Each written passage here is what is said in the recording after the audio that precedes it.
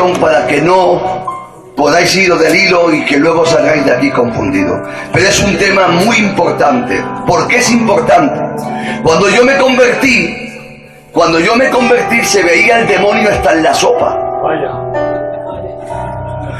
Hacía invierno, hacía frío, como entrases por la puerta así. Decía, ese está enganchado. Sí, de verdad lo digo, hacía así, del frío. Ese, ojo, que en cualquier momento rebotea. Porque veías al demonio en todas partes. Hoy nos hemos ido al otro extremo. Hoy no vemos al demonio por ningún lado. Hoy todo es natural. Bueno, pues el diablo es real. Existe. Y lo tienes tan lejos como a 1 metro de tu persona. Fíjate lo lejos que está de ti. Dice 1 de Pedro 5:8, vuestro adversario el diablo anda como león rugiente alrededor vuestro. Dice que está ahí observándonos para intentar devorarnos. Entonces yo voy a traer una enseñanza y no me gustaría ser muy largo, que sea que en 35 o 40 minutos si puedo, pues poderla dar. Pero pido atención, ¿de acuerdo? Vamos a leer un texto que es donde voy a partir, que está en el Evangelio San Lucas. Aleluya. La Biblia, me encanta la Biblia. ¿Cómo suena? Qué bueno es.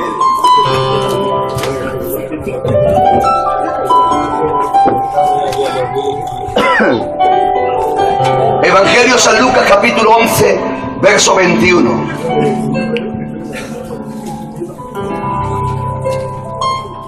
Dice así. Dice, cuando el hombre fuerte y armado guarda su palacio, en paz está todo lo que posee. Pero si viene otro más fuerte y le venza, le quita todo lo que tiene. Ya que estás de pie, cierra tus ojos y dile al Señor, háblame por medio de tu palabra, díselo. Tú mismo que estás ungido. Bueno. Espíritu Santo y eterno, adoramos en esta noche, Dios de gloria. Gracias por este momento delante de tu presencia, Jesucristo. Queremos presentarte a tus siervos, Señor Jesucristo, delante de ti, Cordero de Dios. Dices para eterno con poder y con gloria, Señor Jesucristo. Vas a carbón encendido por tus labios, bendecido y habla a través de Jesús, ellos. Gracias, Padre eterno, por lo que vas a hacer en el nombre de Jesús. Amén. Amén. Pueden sentarse.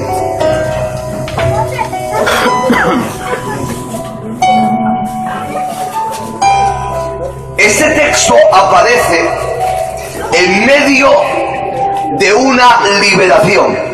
Jesús echa fuera un demonio y la gente le acusa porque le dice que por el príncipe de los demonios echa fuera los demonios. Y Jesús les contesta y le dice, si yo por el príncipe de los demonios echo fuera los demonios, vuestros hijos por quién los echan. Y de todo reino dividido entre sí nunca permanece. Y ahora cita este texto. Cuando el hombre fuerte y armado guarda su palacio, en paz está todo lo que posee. Pero si viene otro más fuerte que él y lo vence, le lo ata, le quita todo lo que tiene y se hace el dueño de todo. Quisiera deciros que aquí la palabra fuerte no está hablando de fuerza humana. No es más fuerte el que más fuerza humana tiene, sino el que tiene más inteligencia para derrotar al adversario. Fíjense, un hombre de 2 metros 92 o 93 centímetros y un jovenzuelo de 1 metro 70, 1 metro 75, supongamos 1 metro 80. Un hombre experimentado en la guerra y otro un pastorcito. Un hombre con espada, con jabalina, con escudo, con el yelmo, con la coraza, con las grebas, con el calzado, y el otro con un vestido de pastorcito, un zurrón, una honda y un palo. Humanamente Goliat lo vio y midió sus fuerzas con las fuerzas del niño y dijo: voy a dar tus carnes a las aves del cielo. Pero el niño fue más inteligente que él. Cogió una piedra, la puso en la onda y lo derrotó. Por fuerza humana era más fuerte Goliat, pero por inteligencia y sabiduría y astucia fue más astuto David. Es decir, que la fuerza no se mide por la fuerza humana, sino por la inteligencia de saber derrotar a los demás. Aquí hemos leído un palacio que dice: cuando el hombre fuerte y armado guarda su palacio. Para poder entender esto y entrar en el tema, 2 minutos de introducción y entramos rápidamente en el tema. ¿Quién era el hombre fuerte? El primer hombre fuerte que hubo en el planeta Tierra se llamaba Adán. A ese hombre fuerte, por así decirlo, Dios le dio un documento de propiedad y le dijo: la tierra es tuya, tú eres el señor de ella, enseñoréate, todo es tuyo, trabaja, come, bebe, disfruta y sé el señor de toda la creación. Era el hombre fuerte, tenía su palacio y en paz estaba todo lo que tenía. De pronto un ser más fuerte que él, más inteligente, con una simple conversación engañó a Eva. Lo venció a él, lo venció a ella, lo despojó, le quitó el documento de propiedad, se lo metió al bolsillo y lo echó fuera del paraíso el Dios Todopoderoso. Ese ser se convirtió en el Dios de este mundo, en el hombre fuerte del planeta Tierra. De tal forma que la Biblia dice: ustedes son de Dios, pero el mundo está bajo el control del diablo. La Biblia le llama el príncipe de la potestad del aire. Es el Señor de todo el mundo. Y así estuvo durante 4000 años. Lo que pasa es que vino otro más fuerte que él del cielo, y sin espada, sin flecha, sin lanza, sin jabalina, solamente con la palabra, con la humildad y con su sangre, en la cruz del Calvario lo venció, le quitó el poder de autoridad que tenía, le quitó todo poder legal, lo juzgó, lo condenó, lo echó fuera del planeta Tierra y nos ha dicho a la iglesia: ahora todos vosotros tenéis poder para machacar la cabeza al diablo en el nombre del Señor. Es decir, hoy nosotros tenemos el poder. Ahora, una vez esto, ¿qué es una posesión? Una posesión del diablo, la palabra posesión significa que Satanás toma control total de las personas. Satanás toma control total de las personas. Y eso lo vemos en una persona que tenía entre 1500 demonios a 6000 demonios dentro del cuerpo. Se llamaba el ganadero. Dice que tenía una legión. Una legión se componía entre 1500 a 6000. En un pueblo era 2500, en otra región era 4000 y llegaba a una región que era hasta 6000. Esos tenían en el cuerpo. Fíjense cómo tomó control total de él, que hasta lo desquició mentalmente. Le hacía que fuese desnudo. Tomaba piedras y se golpeaba a sí mismo. Lo llevaba a los cementerios para que allí durmiera, y era el terror y la pesadilla de toda la ciudad. Pero vino otro más fuerte que él, llamado Jesucristo, y le dijo: legión, sal fuera. En el momento que salió fuera, dice que la gente de la ciudad, cuando vino, lo encontró vestido, sentado y en su juicio cabal. Es decir, que todo lo que tenía era una posesión del demonio. En una iglesia o en una sinagoga había otra poseída por un demonio, pero esa persona, el demonio, no le tenía la mente tomada, le había creado una enfermedad. La enfermedad era que le había torcido la columna vertebral, y la Biblia dice que estaba 18 años encorvada la tenía el demonio. Jesús la vio, dice la palabra. ¿Por qué digo que era un demonio? Porque Jesús reprendió el demonio salió y la encorvada se enderezó. Ahora, eso no quiere decir que todos los encorvados están poseídos. Eso quiere decir que esa estaba poseída. ¿De acuerdo? Pero no todo, esa. La Biblia dice que Jesús tomó a un sordo y dijo: demonio de sordera, sal fuera. El demonio salió y empezó a oír. Quiere decir que esa persona estaba poseída por un demonio, pero le había tomado el oído, lo dejó sordo. Pero eso no quiere decir que todos los sordos están poseídos. Eso quiere decir que ese sordo estaba poseído. La Biblia dice que había un lunático que se echaba al fuego y a las aguas, pero era un demonio que lo tenía poseído. O sea, que Jesús echó el demonio y el niño fue sano. Eso no quiere decir que todos los que sufren epilepsia están poseídos. Quiere decir que ese estaba poseído, pero no todos. Luego iré más para adelante porque estoy matizando estos detalles.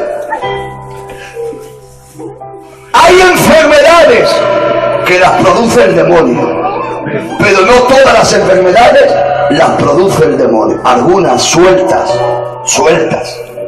¿De acuerdo? Pues dar una cifra para que la gente no se deprima. Del 100, 98 son enfermedades naturales. Por no decir 99. ¿De acuerdo? Luego explicaré por qué estoy matizando ese detalle. Ahora, la pregunta es: ¿y cómo una persona se puede poseer? Y os voy a hacer una pregunta. Y respondan con inteligencia, ¿Cuántos creen que la práctica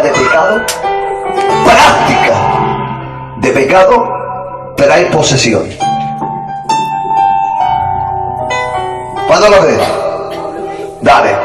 Pues eso equivale a decir que todos los del mundo están poseídos. Porque todos los del mundo practican pecado. Porque pecado no es solo perdonar los que tenéis hábitos, no solo es emborracharse o endrogarse. Eso es un pecado que deteriora a la persona como otros pecados. Pero el orgullo sigue siendo un pecado. Los malos pensamientos son pecados. Las críticas son pecados. El odio es pecado. El rencor es pecado. La mentira, la estafa, el engaño es pecado. Y la gente practica. Entonces diríamos que todos los que están en el mundo están poseídos. Pero no están poseídos. Eso quiere decir que no todas las prácticas de pecado te poseen. Poseen a las personas. Ahora, entonces, ¿qué es lo que hay? Hay dos cosas. Ustedes saben lo que es un títere, ¿verdad? Y una marioneta. ¿Te has visto ese guante que tiene la cara, yo qué sé, de un muñeco? Y para que ese muñeco se mueva, usted mete la mano dentro y mueve el muñeco como usted quiere. Eso sería posesión. Sin embargo, los títeres es una cuerda que tú atas al muñeco, le atas la mano, le atas el pie, le atas la cabeza, y según tú mueves la cuerda, así se mueve el muñeco. El mundo no está poseído, habrá alguno poseído, pero la Biblia dice que el mundo está bajo el dominio del diablo. Quiere decir que las ataduras que ellos tienen, las cuerdas, que es todo tipo de práctica de pecado, se convierte en una atadura, en una cuerda, que el diablo la toma y convierte a las personas en marionetas para poderlas dirigir como él quiere. Pero no están poseídas. Están gobernadas, manipuladas, pero no poseídas. ¿De acuerdo? Ahora, ¿por qué no se poseen? Si están practicando el pecado, ¿por qué no se poseen? Porque hay una cosa que Dios hizo en el hombre. Y es que cuando Dios nos creó a su imagen y semejanza. Y la imagen de Dios en el hombre, una parte es la personalidad, que tenemos inteligencia, tenemos sentimiento y tenemos voluntad. Los de allá afuera tienen entendimiento ciego, el corazón endurecido y la voluntad esclavizada. El que practica el pecado es un esclavo del pecado. Usted y yo tenemos una mente nueva, un corazón nuevo y la voluntad liberada en el nombre bendito del Señor. Pero Dios respeta la voluntad de todas las personas creyentes e inconversas. Y Dios, cuando va a entrar a una vida, Él llama. La gente le abre o le pregunta: ¿y tú quién eres? Y Él dice: yo soy Jesús. Y el hombre o le abre o le cierra la puerta. Siempre hemos dicho que el diablo es un sinvergüenza, y lo es. Pero en este aspecto, el diablo es un sinvergüenza y lo llama para entrar, él tira la puerta y se mete. Eso no es cierto. El diablo no tira la puerta y se mete. El diablo llama. ¿Por qué llama? Porque ve la imagen de Dios que se llama voluntad. Y como ve la voluntad en la persona le está reflejando la imagen de Dios, aunque la voluntad esté deteriorada. Entonces el diablo lo que hace es llamar, pero no dice: soy el diablo. La Biblia dice que el diablo se disfraza como ángel de luz. Lo que hace el diablo es engañar para poder colarse. Fíjense en el Antiguo Testamento, qué extraño. Dice, cuando Moisés muere, dice: y Moisés no pudo quitar la idolatría del pueblo.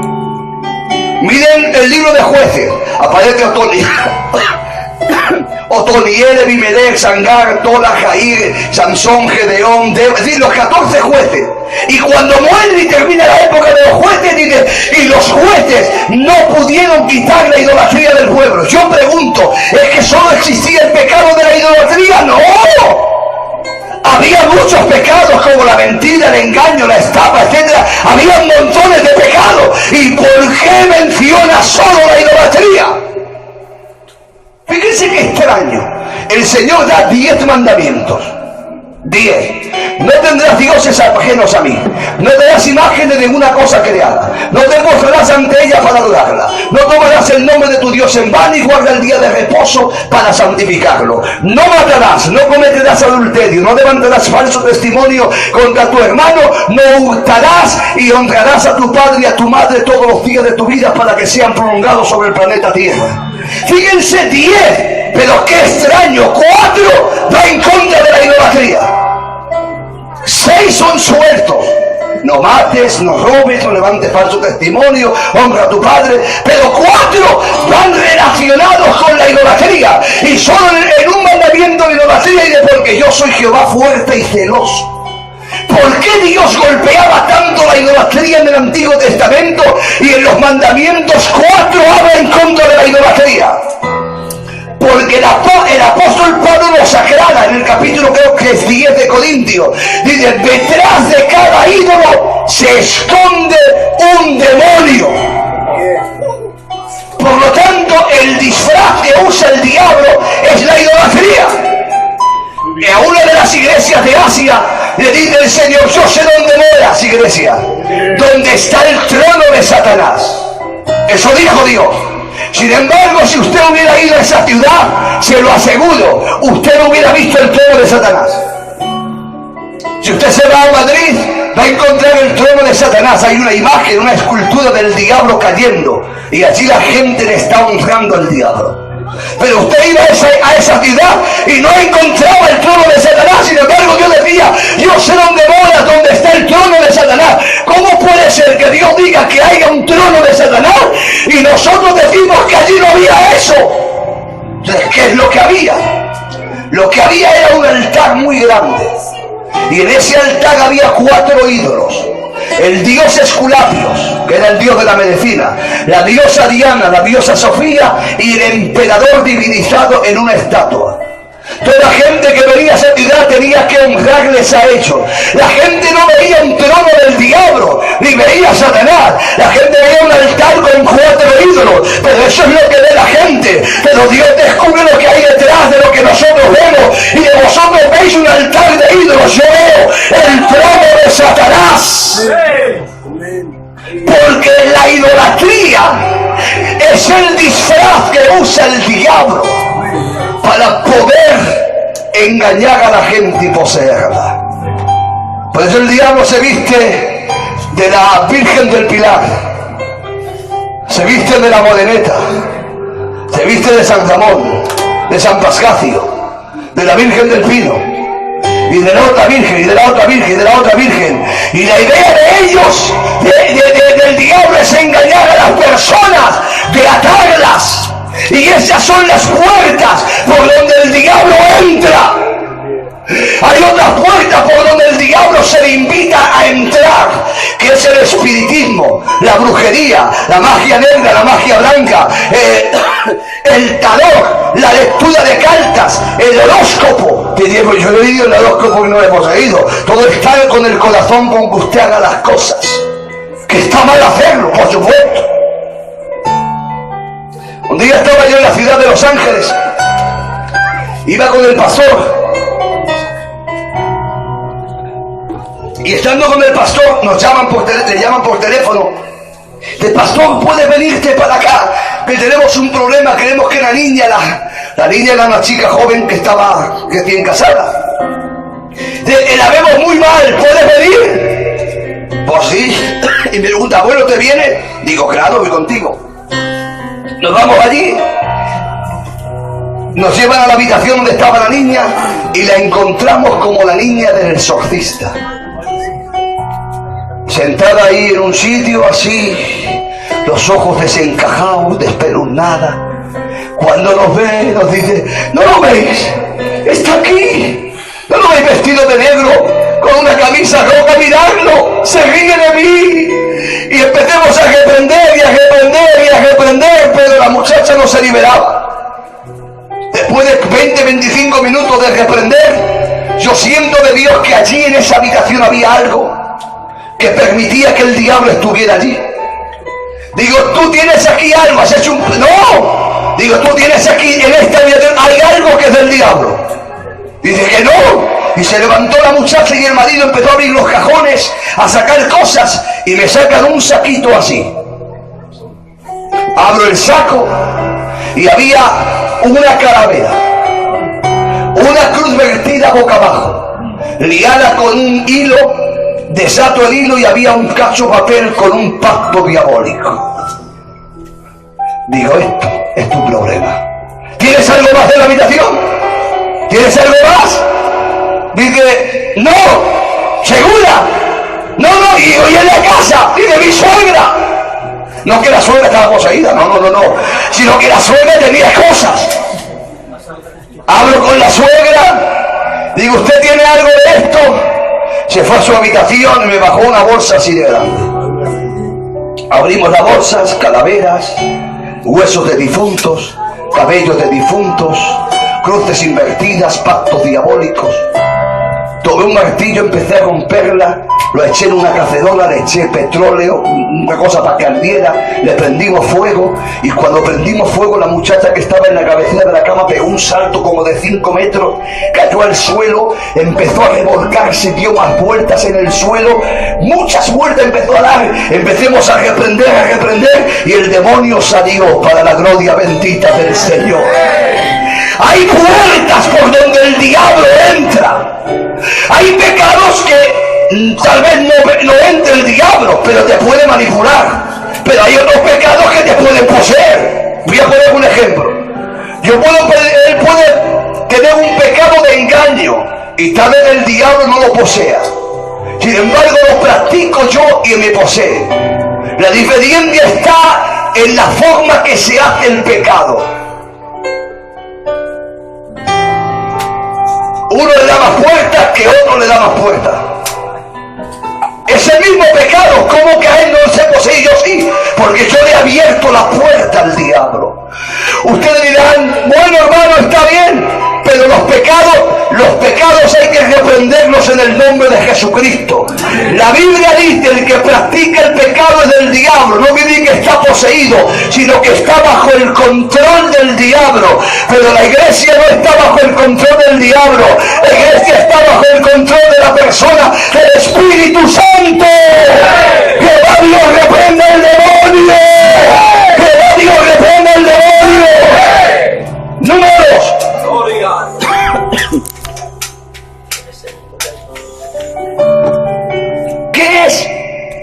la demonización de los cristianos. Quiero decirlo antes de seguir, que esto es una falsa doctrina, La demonización de los cristianos es una falsa, no existe. Entonces, ¿por qué la voy a predicar? La voy a predicar porque los telepredicadores, muchos de ellos, predican la demonización de los cristianos. Hay cientos de libros que están enseñando que los cristianos pueden tener al demonio y tener al Espíritu Santo. ¿Y sabe dónde está el problema? El problema es que esa mala doctrina mucha gente la ha leído, se la ha comido y se la ha creído. Y están predicando la demonización de los cristianos. Predicaba yo en una zona de España, matrimonio de pastores, el tema de la demonización, descubriendo este tema. Y cuando salgo a la calle, me viene una pastora llorando y me dice, pero pastor, a mí siempre me han dicho que yo tenía una migraña y que eso era un demonio. Y eso me tenía torturada. Y dice, gracias al mensaje he recibido luz. Los telepredicadores, algunos de ellos, no todos, te están predicando la demonización de los cristianos. ¿Qué es la demonización de los cristianos? La demonización de los cristianos es que dentro del cuerpo de los cristianos, en la vida de los cristianos, tenemos áreas oscuras, ellos llaman. Áreas oscuras, pero esa frase no está en toda la Biblia. Ellos llaman ahora áreas oscuras. Y en esas áreas oscuras vive un demonio. Y el Espíritu Santo también. ¿Y dónde se basan ellos? La base de ellos es que ellos dicen que Cristo ha muerto por nuestros pecados. Y cuando uno recibe a Cristo, los pecados se van. Pero Dios también, o Jesús también, ha pagado por nuestras enfermedades. ¿Y cómo que se van los pecados y las enfermedades se quedan? Y dicen, porque el Espíritu Santo viene a vivir dentro del Espíritu, pero no en el cuerpo. Y como el Espíritu Santo no vive en el cuerpo y sí en el cuerpo está libre para recibir enfermedades. Y si podemos recibir enfermedades, también podemos recibir demonios. Cuando la Biblia dice todo lo contrario, dice la palabra de Dios, o ignoráis que vuestros cuerpos son templos del Espíritu Santo y que ya no sois vuestros, sois de Dios, comprados fuisteis por precio, glorificad a Dios en vuestro espíritu y en vuestro cuerpo, los cuales los dos son de Dios. Primera de Tesalonicenses 5:23 dice, el mismo Dios de paz os santifique por completo en cuerpo, alma y espíritu. La palabra santificar es separar para Dios. Dios separa para Él el espíritu, el alma y el cuerpo. Por eso nosotros somos santificados. Santificados, existen tres tipos de santificación: la instantánea, la progresiva y la perfecta. La instantánea la recibimos cuando recibimos el Espíritu Santo. La progresiva es la vida del cristianismo, que vamos dejando los errores y los fallos, y la perfecta será cuando estemos en el cielo. Pero aquí estamos separados para el Dios Todopoderoso. Amén. ¿Cuándo dice por el Señor amén? Ahora, esta gente y libros están diciendo que la tos, una tos que no te deje, es un demonio. Dicen que tenemos demonios por herencia, es decir, que la familia que sufra de diabetes es un demonio que han heredado. La familia, perdonad la expresión, que se esté quedando calvo así como yo, que la familia sea calva, es un demonio. Dice que si usted está comiendo pescado y se atraganta con una espina, eso es una maldición generacional, un demonio generacional. Fíjense lo que están diciendo. Y lo malo es que la gente se lo cree. De tal forma que gente en nuestra obra ha puesto a jóvenes de rodillas, y perdonen la frase que voy a decir, y les ha dicho, si queréis liberados de eso, pedid perdón por los pecados hasta de vuestro quinto abuelo.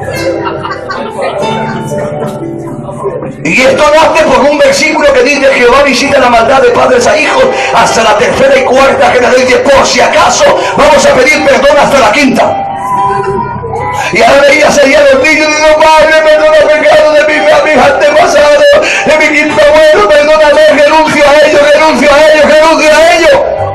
¿Y saben lo que enseñan? Que si no se liberan, que entonces escriban en un papel la renuncia de la herencia del difunto, se vayan al cementerio, le digan lo que le han heredado mano y digan lo renunciamos y le pongan el papel en el nicho para que podamos leer liberado. Esos son conjuros diabólicos. Que el Señor los reprenda, que el Señor los reprenda, que el Señor los reprenda. Porque la Biblia dice que los cristianos no pueden tener al demonio y al Espíritu Santo. O tenemos a Dios o tenemos al diablo. Que Jehová lo reprenda. Usted me dirá, bueno, si no podemos estar poseídos los cristianos, no podemos tener el demonio, ¿cómo es posible que hayan cristianos que se han manifestado? Quiero decir de principio que los cristianos no se manifiestan. Hay quien dice, hermano, los cristianos que se quedan en el rapto pueden tener acceso a salvación. Primeramente, si es cristiano, no se queda. El que se queda es el que tiene doble vida, una aquí y otra afuera. Pero los cristianos no se quedan. Los cristianos no pueden estar poseídos. No solo no pueden estar poseídos, no pueden tener enfermedades de posesión diabólica. Tenemos enfermedades normales, cotidianas, por causa del pecado, pero no por el demonio, porque no podemos tener al demonio y al Espíritu Santo. Amén. Cuando digo con el Señor, amén. Ahora ustedes, ¿y cómo es que? Miren, yo personalmente, en una campaña, estaba predicando y se manifestó una pastora. Es decir, que yo he liberado a pastoras, he liberado a niñas del coro, a jóvenes. Pero eso no quiere decir que sean cristianos, quiere decir que se han degradado. Hubo un tiempo que fueron, se han ido degradando y le han dado la puerta, han abierto la puerta al diablo. Bueno. Hay gente que dice, escúchame esto y escuchar candidatos, que esto va a ir fenómeno. Hay gente que cree en la predestinación, que la salvación no se puede perder, y creen que el Espíritu Santo no se puede ir del cuerpo, que nunca se va. Bueno, os voy a demostrar con la Biblia, con un ejemplo muy sencillo que está en la Biblia, como si el diablo, el Espíritu Santo se va de un creyente. Bueno, que ya no es creyente, por supuesto, creyente, es del culto, pero se va el Espíritu Santo. ¿Y cómo lo podemos ver? Ustedes recuerdan que hay un texto que dice, fíjense el que hemos empezado, cuando el hombre fuerte y amado guarda sus palacios, en paz está todo lo que posee, pero si viene otro más fuerte que él y lo vence, le quita todo lo que tiene. ¿Por qué el demonio se va del cuerpo? ¿Por qué? ¿Porque hacemos magia negra y malo? No.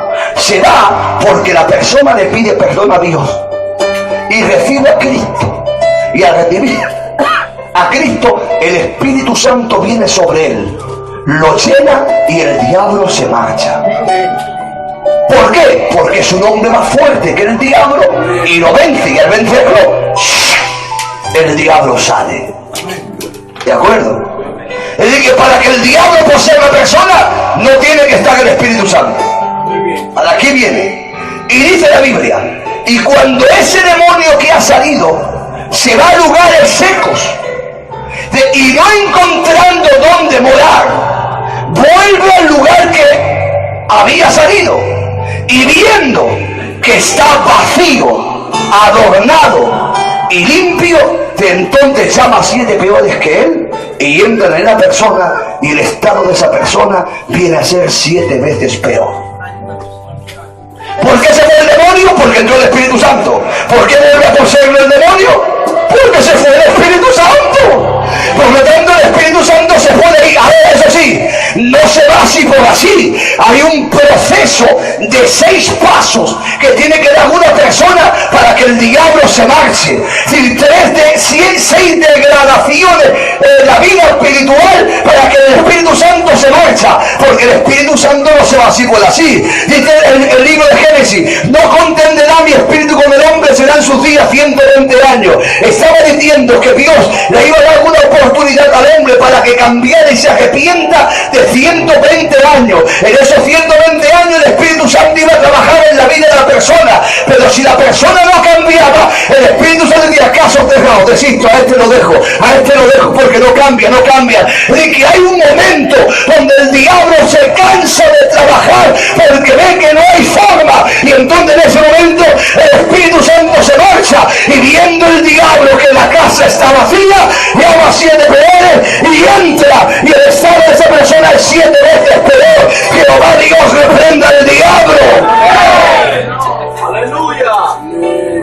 De ahí, escuchen, de ahí que esta gente que predica todo esto tiene una sala que se llama consejería, y en la consejería cada 7 a 10 días te piden un informe de todo lo que tú has hecho durante los 7 días, todo. Y en la palabra todo entra todo. Y no digo cosas por vergüenza, por respeto. Se meten hasta cómo se limpia uno los dientes, por no decir más cosas. Y te autoliberan cada semana. De tal forma que ya la persona se autolibera a sí mismo. Eso lo escuché yo directamente. Decía un predicador muy famoso, decía: el pastor que tenga una iglesia de 50 almas es el que tiene un demonio de ruina. Y dice: yo tenía un demonio de ruina y yo me autodeliberaba cada semana. Que va a reprenda las falsas doctrinas. Los cristianos no pueden tener al Espíritu Santo y al diablo. O tenemos a Dios o tenemos al diablo. Pero yo digo que los cristianos tenemos al Espíritu Santo. ¿Cuántos tienen el Espíritu Santo? Digan amén. Dile al que está a tu lado: tú estás lleno del Espíritu Santo.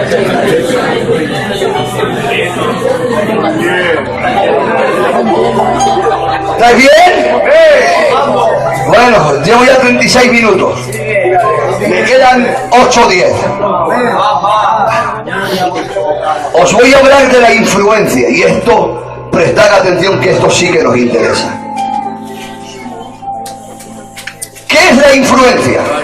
La influencia no quiere decir que el diablo esté dentro de una persona, sino que desde fuera lo influencia, le influye. Ahora, ¿por qué el diablo nos puede influenciar? Lo que esta gente de la demonización llaman áreas oscuras, no hay ningún texto en la Biblia que lo diga.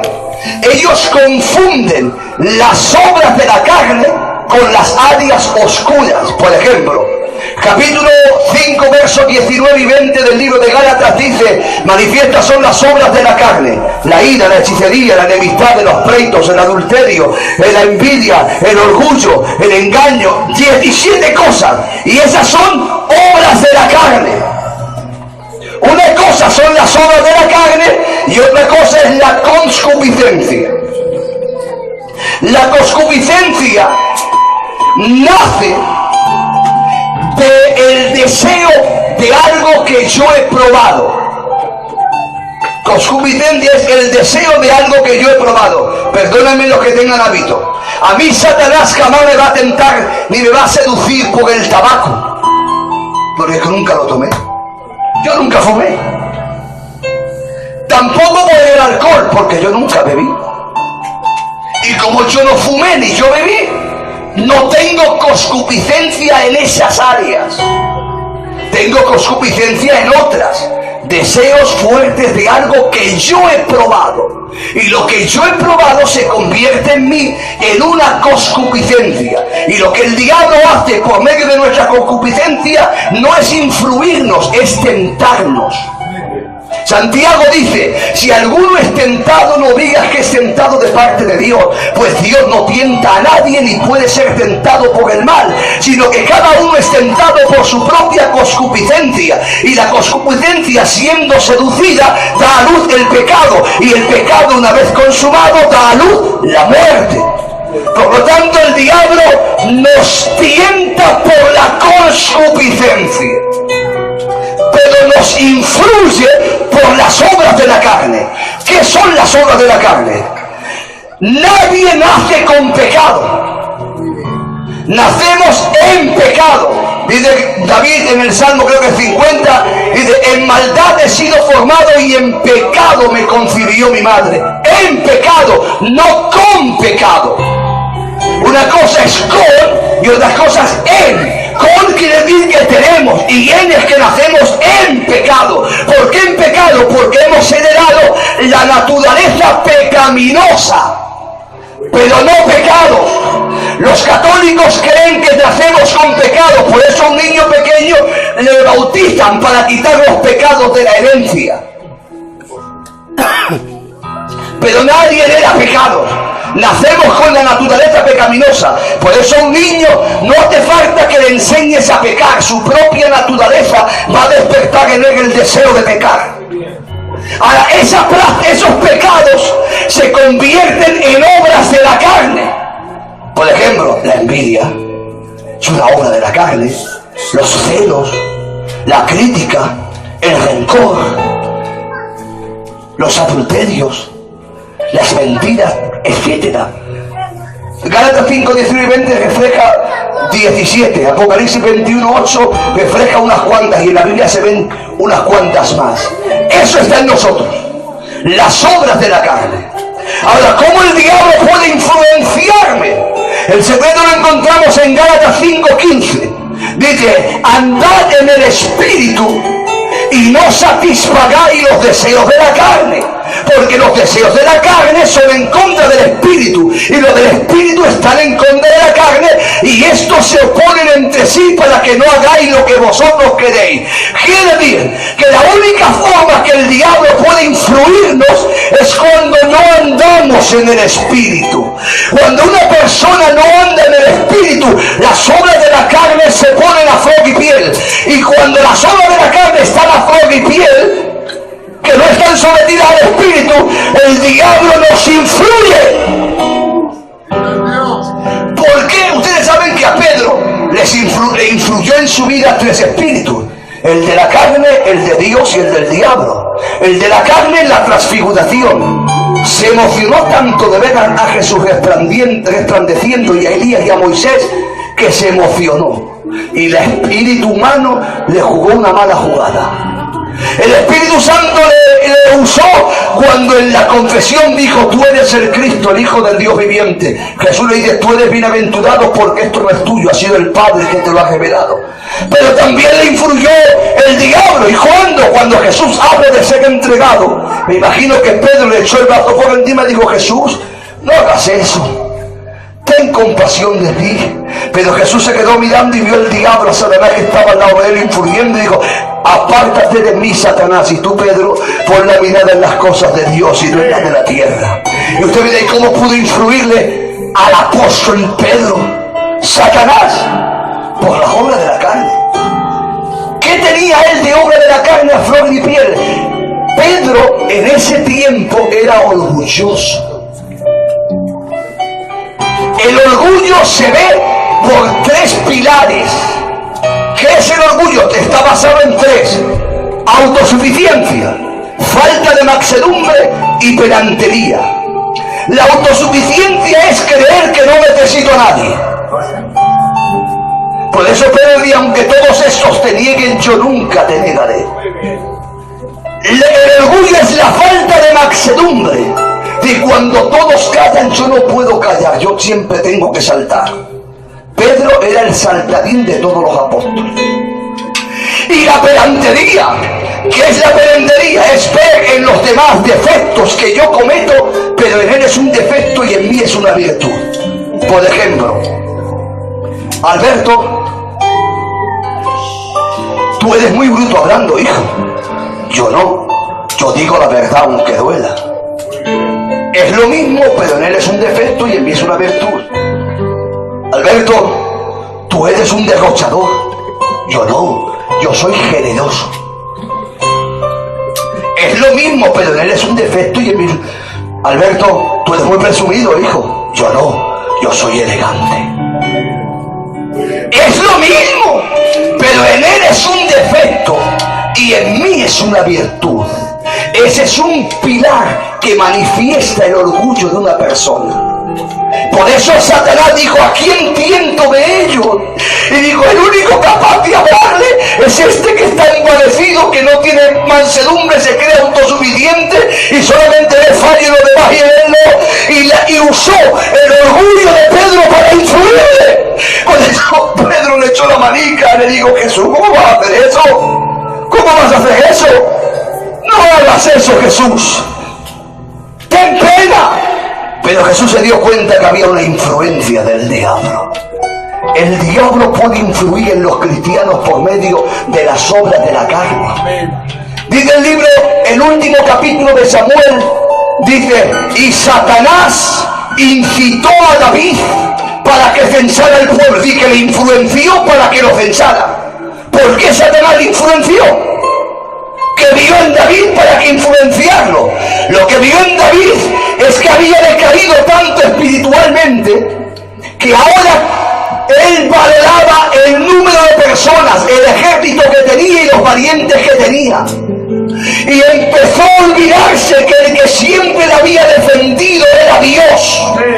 Y se le dijo: es verdad, Dios ya no te ayuda como antes. Si no hubiera sido por Abisaí, te hubieran matado y te hubieran quitado del medio. Si no hubiera sido por el otro valiente y por el otro no hubieras bebido agua, no te hubieran traído agua desde aquella ciudad. Si no hubiera sido y empezó a confiar de tal forma que el diablo usó esa influencia para que contara el pueblo y empezase a desconfiar de Dios y confiar en el brazo humano. Porque antes no lo tenía, porque tenía una vida espiritual más elevada. Y él decía: no confío en mi ejército, ni en mis valientes, ni en mi arco, ni en mi espada, sino en Jehová, que me da la fuerza.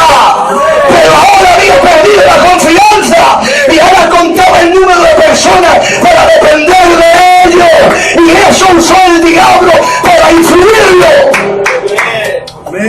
Es decir, que Satanás va a usar nuestras obras de la carne. Decía San Agustín, decía que eso es mentira, es una falsa doctrina, pero él lo decía porque lo creía en la demonización. Decía: el que critica tiene un demonio en la lengua y el que lo oye, otro en el oído. Bueno, pues no que tenga un demonio en la lengua o un demonio en el oído, tiene una influencia del diablo que le lleva a criticar. Pero eso no lo vemos. La Biblia está llena de que habremos bien de los demás. Y la Biblia dice: si hayas a alguien en alguna falta, vosotros que sois más espirituales, restauradle con espíritu de mansedumbre, no sea que tú caigas y quieran que hagan contigo lo que también se hizo con el otro. Los celos es una obra de la carne que el diablo usa para romper la vida de los matrimonios, para romper la paz, la buena armonía. ¿Te has visto cómo aquella le ha saludado? Que hay que cuidar a los maridos, y maridos hay que cuidar a las mujeres, hay que cuidarlas totalmente. Te enojo solamente para ella, que no te influye el diablo para hacer a otra. Eso es del diablo. Pero los celos es una puerta por donde el diablo influye para romper la armonía del matrimonio. Que tú te vas a ir ahora con los jóvenes a la vigilia y me vas a dejar aquí sola, siempre estoy encerrada. ¿Quién sabe dónde irás? ¿Quién sabe dónde estás tú? ¿A quién vas a ver? Me voy al culto, ¿a quién vas a ver allí? Y se empieza a romper la armonía, la bendición. Está el diablo influyendo en el hogar para poderlo romper y para poderlo destruir y para robarle la paz. Te viene la hija: ¿qué pasa? Que no me llevo bien con mi marido. Déjalo, hija, me está bien, a ver si es calienta. Pues que te hace, hija, nada, que está todo el día con el pastor. Para el culto, pastor de oración, y cuando termina la oración se va con los jóvenes a orar y a leer la Biblia. Y yo aquí se dedica. Y no le cariño que basta. Y la maldición está bien, hija. Te está usando, padre, el diablo, que está influyendo para que rompas el matrimonio de tus hijos.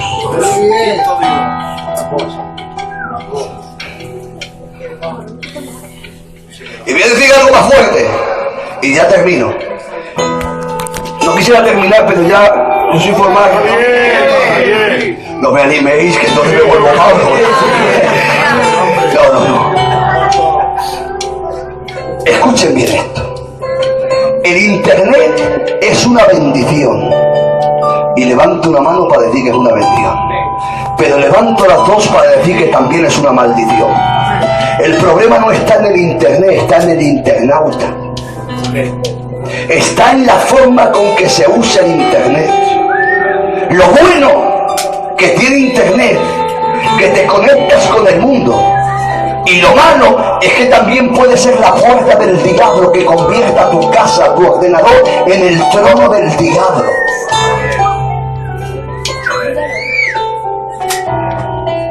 Hoy da vergüenza, hermanos, ver ciertos Facebook o Facebook en español. Las niñas tienen el Facebook o el Facebook y se llenan de fotos, pero anda que se llenan como lo que ha hecho aquí el Cote, ahí comiendo, un montón de hermanos, hemos estado disfrutando. No. ¿Saben lo que hacen? Salen en fotografía y se ponen así.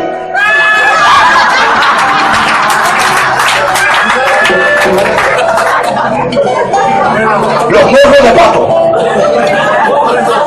todo pintoreado. Luego la ves por la calle y dices, Dios mío, ¿quién es esta? Pero se pone en la foto. Dios mío. Y así, ya sabes. Y hay fotos que dan vergüenza verlas. Pues oye bien, te está usando el diablo para provocar a otras personas. Lo puedo decir más fuerte, pero no más claro. El internet se usa para la bendición. Yo tengo un Facebook, quiero hablar con mis amigos y hablo normal con mis amigos. Tú tienes un Facebook, quieres hablar con tus amigas, habla pero normal. No es normal. Que se tienen hasta las 6, las 7 de la mañana, los padres se van al mercado y se levantan a las 12. Y cuando vienen los padres creyendo que la niña ha hecho la casa y la novia, no mala tiempo. Me lo diga la mentira. Es que se tiran hasta las 6 de la mañana hablando no sé con quién. Hoy ves vídeos que los pasan por Facebook, por el WhatsApp. Que palabra de honor, que si los padres se enterasen de esos vídeos les daba un infarto y caerían al suelo. ¡Pero no le importa! ¿Y saben dónde está el problema? El problema es que yo se lo envío a una muchacha y la muchacha y me mira lo que me envía el abuelo, se lo envía a otra y viceversa. Si lo hace la moza, lo hace la mujer casada, pues imagínate, si es una moza y me envía a este mocico. Pedido. Bueno, si vamos que no respetan nada. Es que no respetan nada. Le envían una foto, Dios nos libre, ¿qué foto? A las piedras se apegue. Y como ese es su íntimo amigo, le pido lo que me ha enviado. Y como ese es amigo te pido lo que le envió a y cuando te ven, ya no te ven como una niña pura y buena. Perdonad la expresión, te ven como una niña que envía fotografías por todas partes. Hoy nos estamos enterando de cada caso, hermano, que da vergüenza. Eso es una influencia del diablo. El diablo está usando los Facebook y los WhatsApp mal usados para provocar a la gente. Y eso es una influencia del diablo de provocación. No te dejes influir por el diablo. Déjate influir por el Espíritu Santo.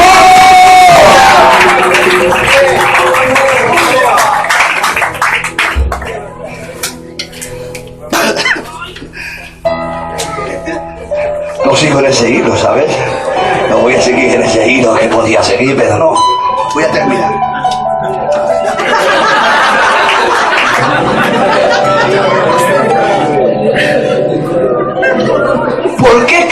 viene esto? ¿Por qué este mal? Miren, hace 20 años, voy a reducirlo, 15, voy a poner 10 años. Le decía a un pastor, pastorea y gozaba. Gozaba, y voy a gozar. Voy a gozar. El pastoreo era un deleite.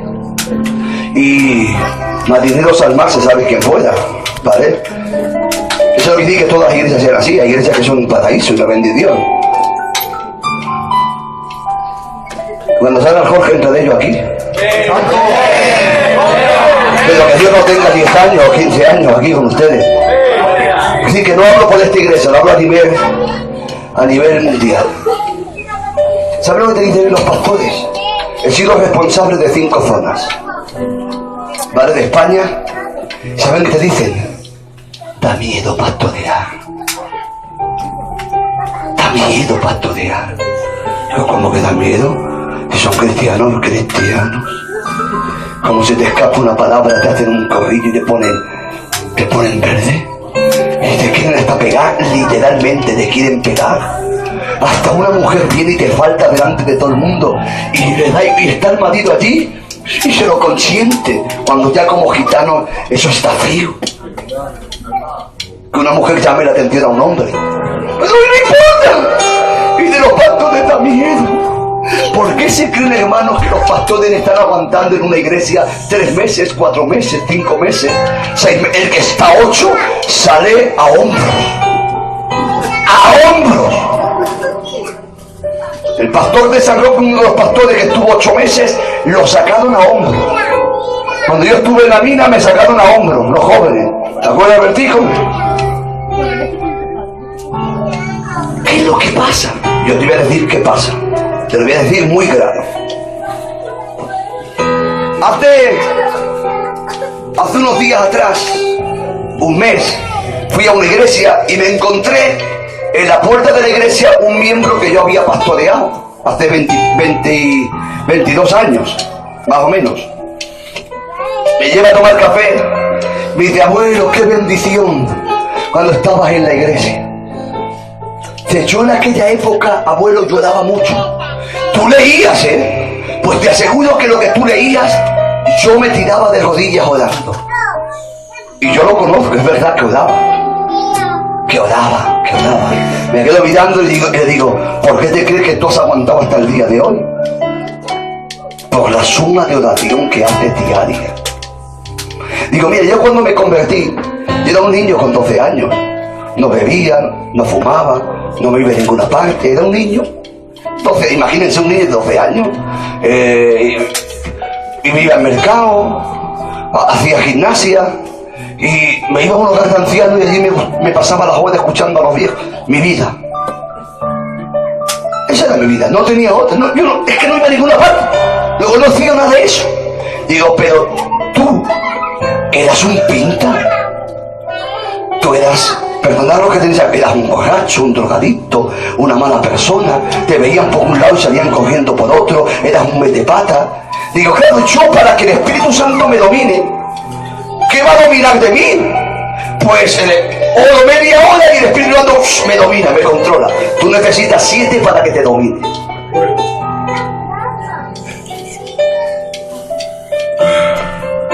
Cuando yo pastoreaba, yo recuerdo mi primera iglesia. Lo digo para vergüenza. ¿Saben cuántas veces yo ayunaba a la semana? Como mínimo 3 veces a la semana yo ayunaba. Y los ayunos no son como ahora que empiezas a las 10 y los rompes a la 1. No. Empezabas a las 7, a las 8 de la mañana y los rompías después del culto. Yo ayunaba 3 veces a la semana como mínimo.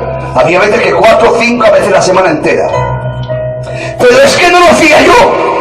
Es que la iglesia que yo pastoreaba también ayunaba 3 días a la semana.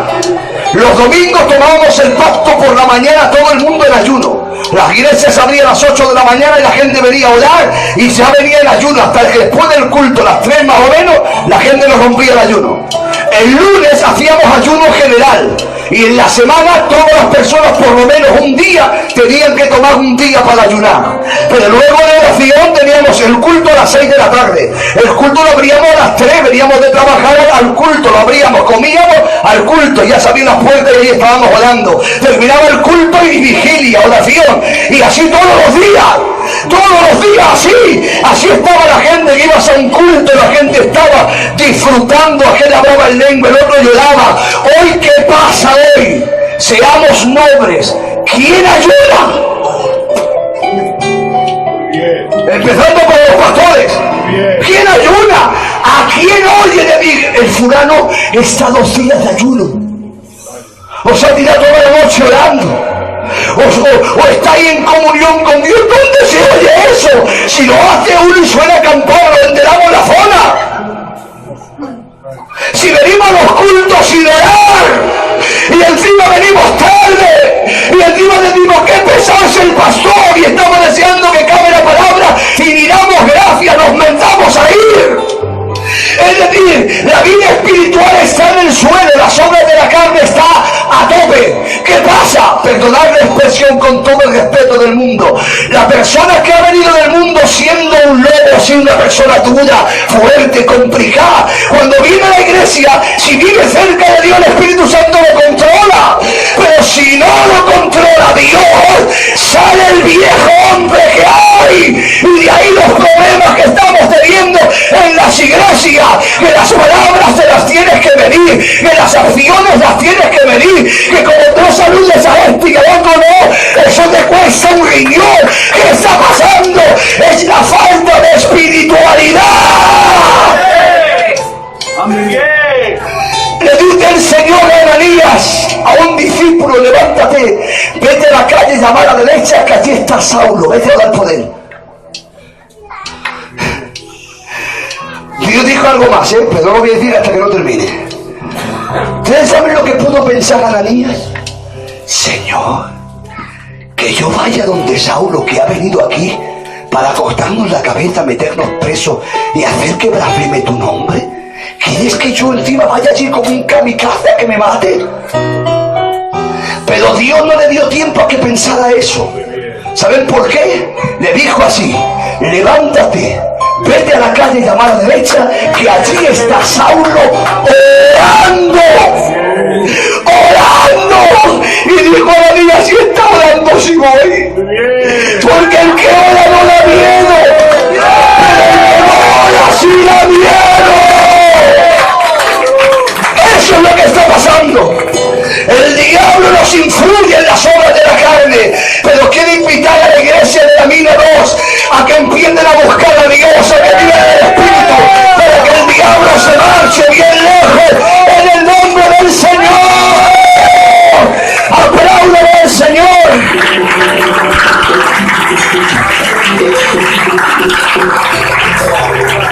Que Dios os bendiga mucho. Me he pasado 1 hora y 5 minutos. Disculpen. Cierra tus ojos, dale gracias a Dios por la palabra.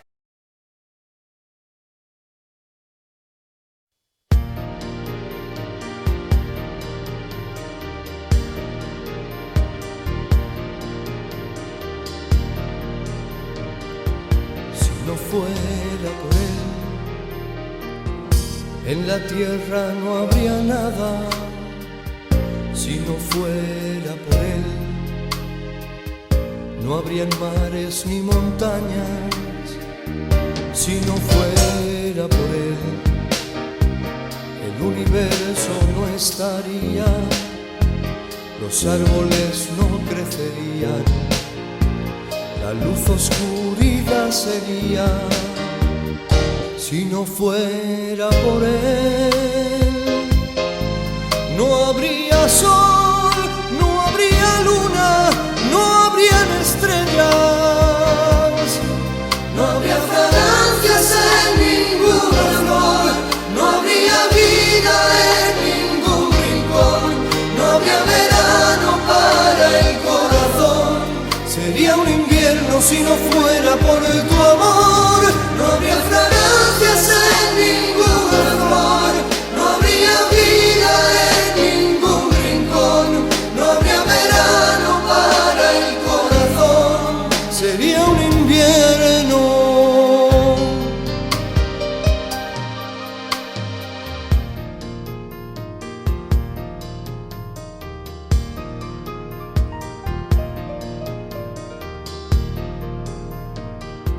Si no fuera por él, el camino sería cansino. Si no fuera por él, que me alumbrara en el camino. Si no fuera por él, que ha llenado de paz mi alma, que por medio de su palabra me aconseja y me levanta. Si no fuera por él, no habría sol, no habría luna, no habrían estrellas, no habría fragancias en ninguna flor, no habría vida en ningún rincón, no habría verano para el corazón. Sería un invierno si no fuera por tu amor. No habría fragancias en ninguna flor, no habría vida en ningún rincón, no habría verano para el corazón. Sería un invierno.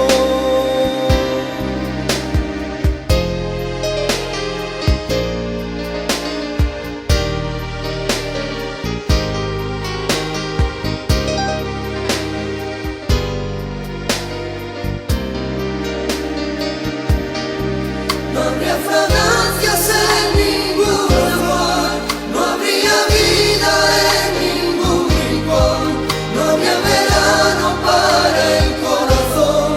Sería un invierno si no fuera por tu amor. No habría fragancias en ninguna flor, no habría vida en ningún rincón, no habría verano para el corazón. Sería un invierno. No habría fragancias en ninguna flor, no habría vida en ningún rincón, no habría verano para el corazón. Sería un invierno si no fuera por tu amor. No habría fragancias en ninguna flor, no habría vida en ningún rincón, no habría verano para el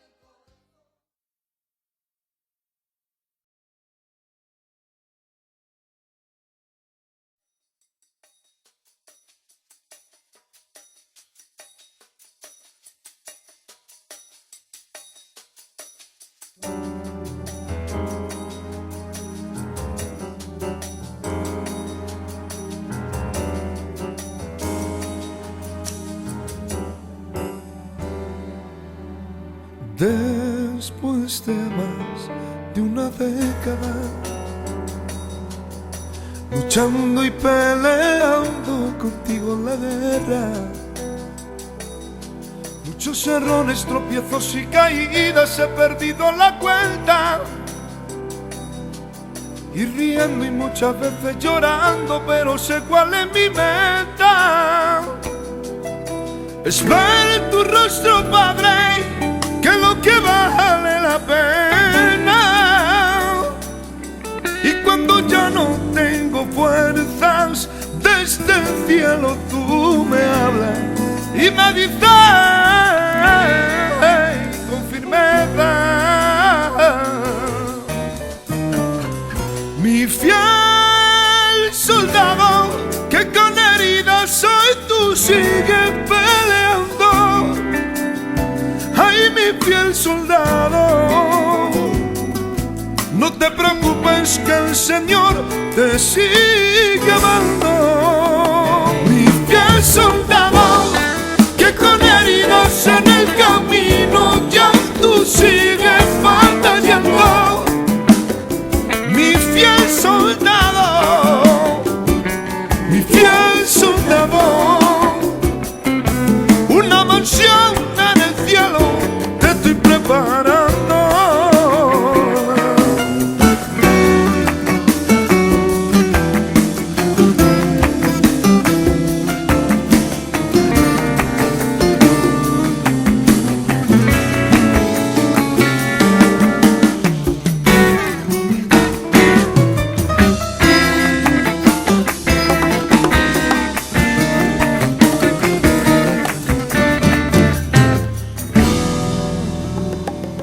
¿Cómo puede ser que después de tantos años no te has cansado de mí, siendo yo tan mal soldado, dejando tanto que desear? Yo me sigo recordando 70 veces que yo contigo lo sigues perdonando. Y como decía Pablo, yo también prosigo hablando. El cantar tu corona divina es lo que más anhelamos. Fiel soldado, que con heridas soy, tú sigues peleando. Ay, mi fiel soldado, no te preocupes que el Señor te sigue amando. Mi fiel soldado, que con heridas en el camino ya tú sigues batallando. Mi fiel soldado, mi fiel soldado, una mansión en el cielo te estoy preparando.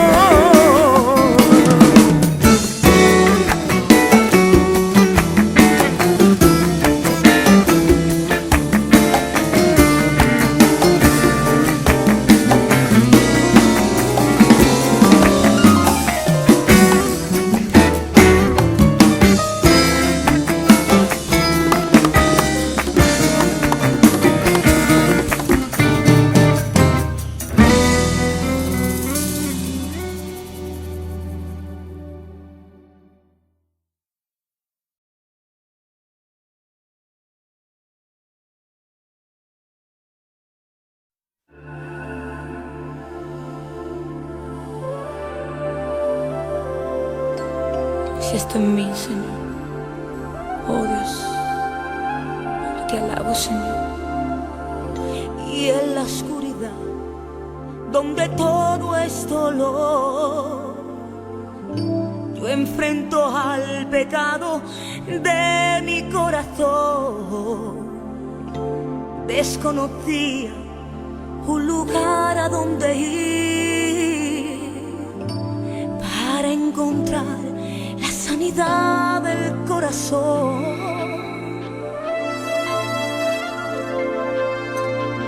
Y Él dijo que me acercara sin temor a su presencia, donde su gracia cerca está.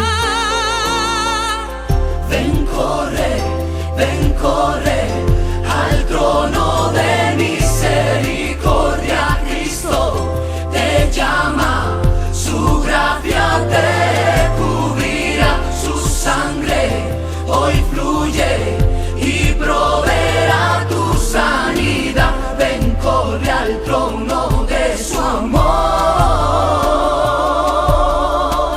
Ven, corre al trono de su amor.